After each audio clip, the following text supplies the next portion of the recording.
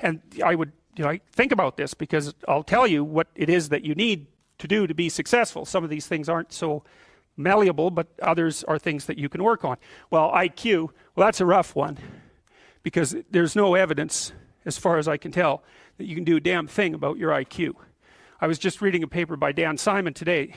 It's a relatively recent review. Dan Simon did the invisible gorilla stuff, and he was looking, because there's all these companies that claim that these online brain training exercises can produce cognitive improvements, and he reviewed the literature again, and I've reviewed that literature like 6 times in the last 15 years, because I keep hoping that someone will crack the problem, but it's always the same answer. It's like, you do brain training games, you get better at the game, a lot better at that game. You get slightly better at similar games, but distal games that are still heavily cognitively loaded doesn't affect your performance at all. Zero, none.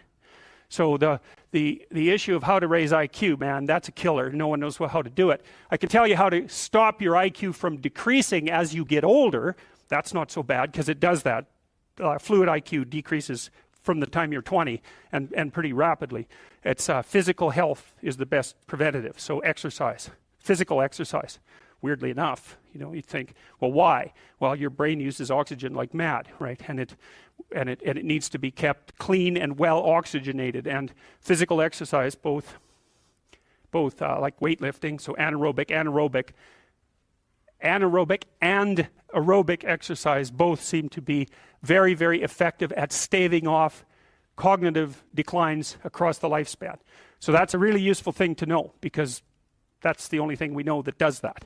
So then the next best predictor of lifetime success is conscientiousness. Well, so, and of the 2 aspects of conscientiousness, say orderliness and industriousness, the better predictor is industriousness. So the question is, well, what can you do about your industriousness?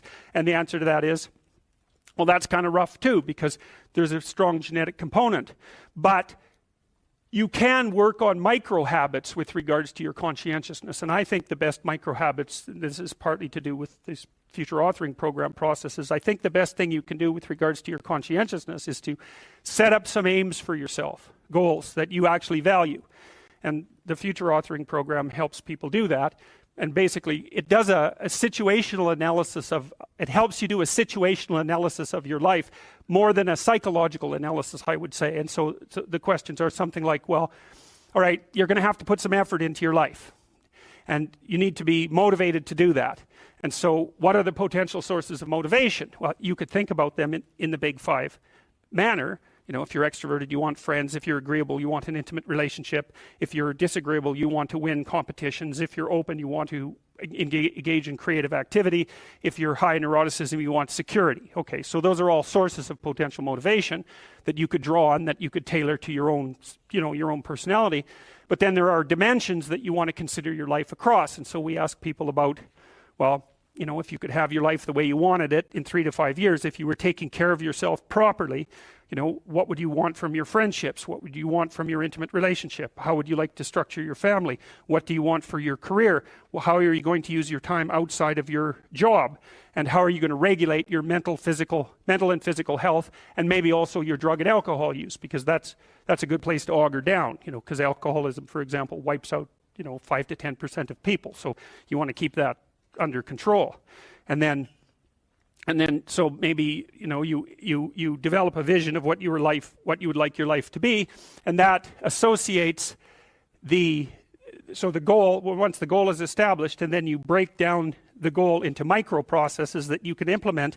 The micro processes become rewarding in proportion, in relation to their causal association with the goal, and that tangles in your incentive reward system. We talked about the dopaminergic incentive reward system, and that's the thing that keeps you moving forward. And the way it works is that it works better if it produces positive emotion when it can see you moving towards a valued goal. Okay, well, what's the implication of that? Better have a valued goal, because otherwise you can't get any positive motivation working out. And so the more valuable the goal, in principle, the more the micro processes associated with that goal start to take on a positive charge. And so what that means is, well, you get up in the morning and you're excited about the day. You're ready to go. And so as far as I can tell, what you do is you specify your long-term ideal.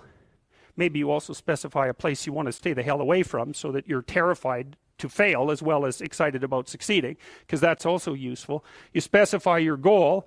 You do that in some sense as a unique individual. You want to specify goals that make you say, oh, if that could happen as a consequence of my efforts, it would clearly be worthwhile. Because the question always is, why do something? Because doing nothing is easy. You just sit there and you don't do anything. That's real easy. The question is, why would you ever do anything? And the answer to that has to be because you've determined by some means that it's worthwhile. And then the next question might be, well, where should you look for worthwhile things? And one would be, well, you could consult your own temperament. And the other would be, well, you kind of look at what it is that people accrue that's valuable across the lifespan. So you do a structural analysis of the subcomponents of human existence, and I already did that. You need a family, you need friends. Like, you don't need to have all these things, but you better have most of them. Family, friends, career, educational goals, plans for, time outside of work, attention to your mental and physical health, etc. That's what life is about. And if you don't have any of those things, well, then all you've got left is misery and suffering. So that's a bad deal for you. So once you set up that goal structure, let's say, and that's really in many ways that's what you should be doing at university.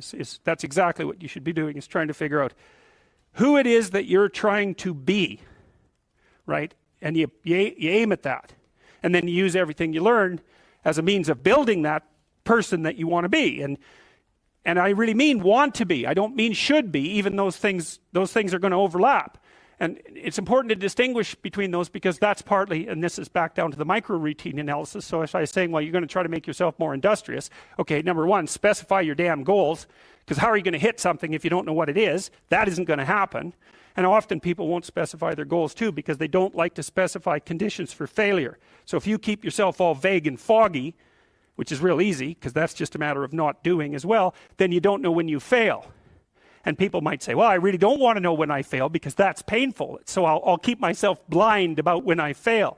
That's fine, except you'll fail all the time then. You just won't know it until you've failed so badly that you're done. And that can easily happen by the time you're 40.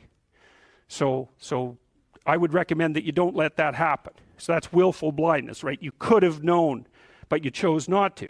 Okay, so once you get your goal structure set up, you think, okay, if I could have this life, it looks like that might be worth living, despite the fact that it's going to be, anxiety provoking and threatening, and there's going to be some suffering and loss involved and all of that. Obviously, the goal is to have a vision for your life such that, all things considered, that justifies your effort.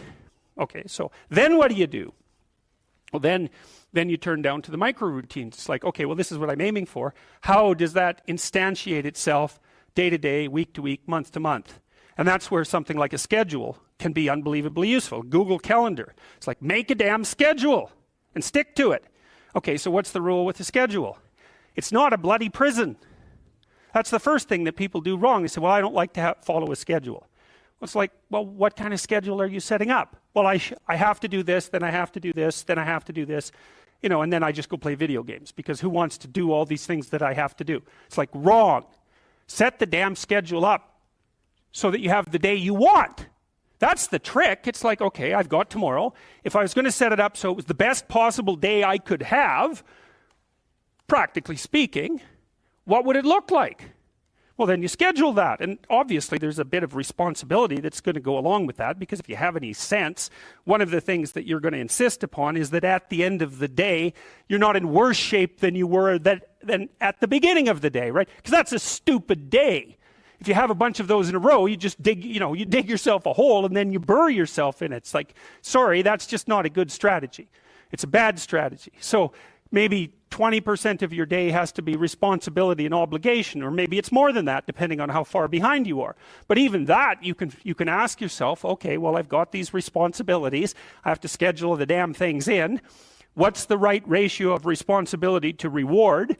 And you can ask yourself that, just like you'd negotiate with someone who is working for you. It's like, okay, you got to work tomorrow. Okay, so I want you to work tomorrow. And you might say, okay, well, what are you going to do for me that makes it likely that I'll work for you? Well, you could ask yourself that, you know.